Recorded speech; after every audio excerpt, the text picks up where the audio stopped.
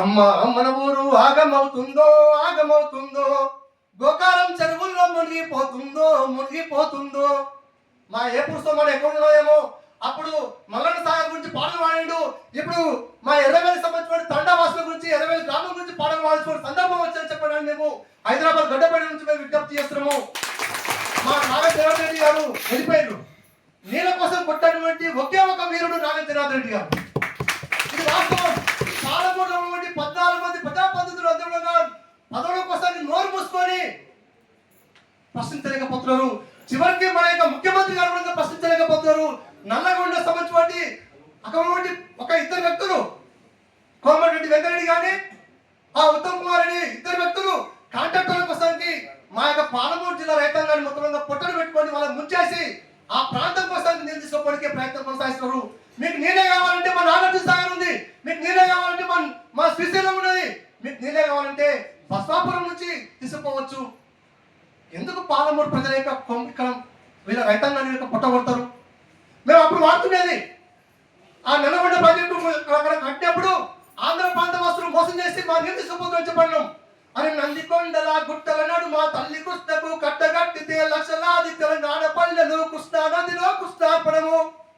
నోరు లేని కోటాది జీవులు కాలు చేతులు గిలగిల కొట్టుక తల్లికి పిల్లకు తల్లి పాసిపోయినై మోసపోయినై గుండె ఏడ్చాయో మాయన్నల్లారా. దగ పట్టణ తెలంగాణము గుండె సప్పుడిరో మాయన్నల్లారా. అప్పుడు ఆంధ్ర వాళ్ళ యొక్క దోపిడికి వ్యతిరేకంగా పాటలు పాడినాం, ఉద్యమం కొనసాగించాం, చైతన్య పరిచయం. విద్యార్థులను, యువకులను, కవులను, కళాకారులు మొత్తంగా చైతన్య పరిచేసి లక్షలాది మందిని తరలింపజేసుకొని ఉద్యమం చేసుకొని తెలంగాణ రాష్ట్రం తెచ్చుకుంటే, మా అరుగుపసారి ఇక్కడ ఉన్నారు, అందరూ ఇక్కడ తెచ్చుకుంటే ఈ రోజు అప్పుడు మేము మునిగిపోయాము, అప్పుడు మేమే నష్టపోయాము, ఇప్పుడు మేము నష్టపోవాలా? ఎందుకు ఈ నల్గొండ పెట్టుబడిదారుల పైన, ఈ నల్గొండ సంబంధించిన వారి పైన, ఎందుకు ఈ పాలమూరు రైతాంగం పైన ఇంత ముంచివేయడం సంగీత కసి ఎందుకు ఉంది?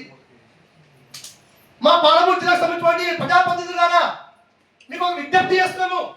మీరంటే పాలమూరు రైతాంగము గురించి మీరు పనిచేయరు. మేమైతే మనస్ఫూర్తిగా ఓటేసినాం, ఈ ప్రభుత్వాన్ని మార్చడం కోసానికి మనస్ఫూర్తిగా ఓటేసినాము, ప్రచారం చేసినాము. మా బిడ్డ చెప్పినట్టు ఎంతో కొంత అగ్రెసివ్గా మేము ప్రచారం చేసినాం, గెలిచినాం. మీరు గెలిచిన కానీ మా పాలమూరు రైతాంగం గురించి మీరు పనిచేస్తలేరు. మీరు పనిచేస్తే నల్గొండ రైతాంగం గురించి పనిచేస్తారు. అక్కడనే వచ్చి చేయండి, అడిగే ఊడిగం చేయండి.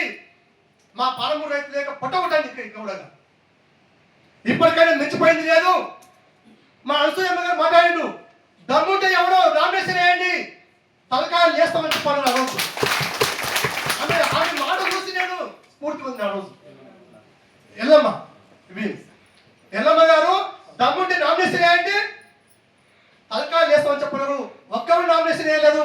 నామినేషన్ వేస్తే మా యొక్క నాగయ్య గారు సర్పంచ్ కావాలి. వాస్తవంగా నాగయ్య కూడా త్యాగం చేసిండు.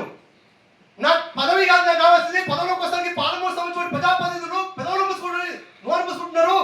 నాకు పదవులు అక్కర్లేదు, నా ఎర్రవేలి గ్రామం కావాలి, నా ఎర్రవేలి తండ ప్రజలు కావాలి, ఆ ప్రజల యొక్క సంక్షేమం మాకు కావాలి. మేము ఒకే ఒక డిమాండ్ చేస్తాము, ఎర్రవేలి గ్రామాన్ని ముంచకుండా మీరు ఏం చేస్తామో చేసుకోండి. ఎర్రవేలి గ్రామాన్ని ముంచకుండా మా ప్రజలను రక్షించుకుంటూ మా యొక్క ముంపు గ్రామాలను కాపాడుకుంటూ మీరు ప్రయత్నం చేయాలని చెప్పడానికి కోరుకుంటున్నాము. బీర్ల ఐలయ్య గారికి మేము ఈ సందర్భంగా విజ్ఞప్తి చేస్తున్నాము, వారికి ధన్యవాదాలు తెలియజేస్తున్నాము. బీర్ల ఐలయ్య గారు అక్కడ జరుగుతున్నటువంటి ముంపు గ్రామంలో 3 గ్రామాలు మునిగిపోతుంటే ఆ 3 గ్రామాలను అనే వెంట ఉండి అండగా ఉండి ఆ ప్రజానికానికి అండగా ఉండి ఆయన కాపాడిండు. మా కసిరెడ్డి నారాయణ రెడ్డి గారి కూడా మేము విజ్ఞప్తి చేస్తున్నాము.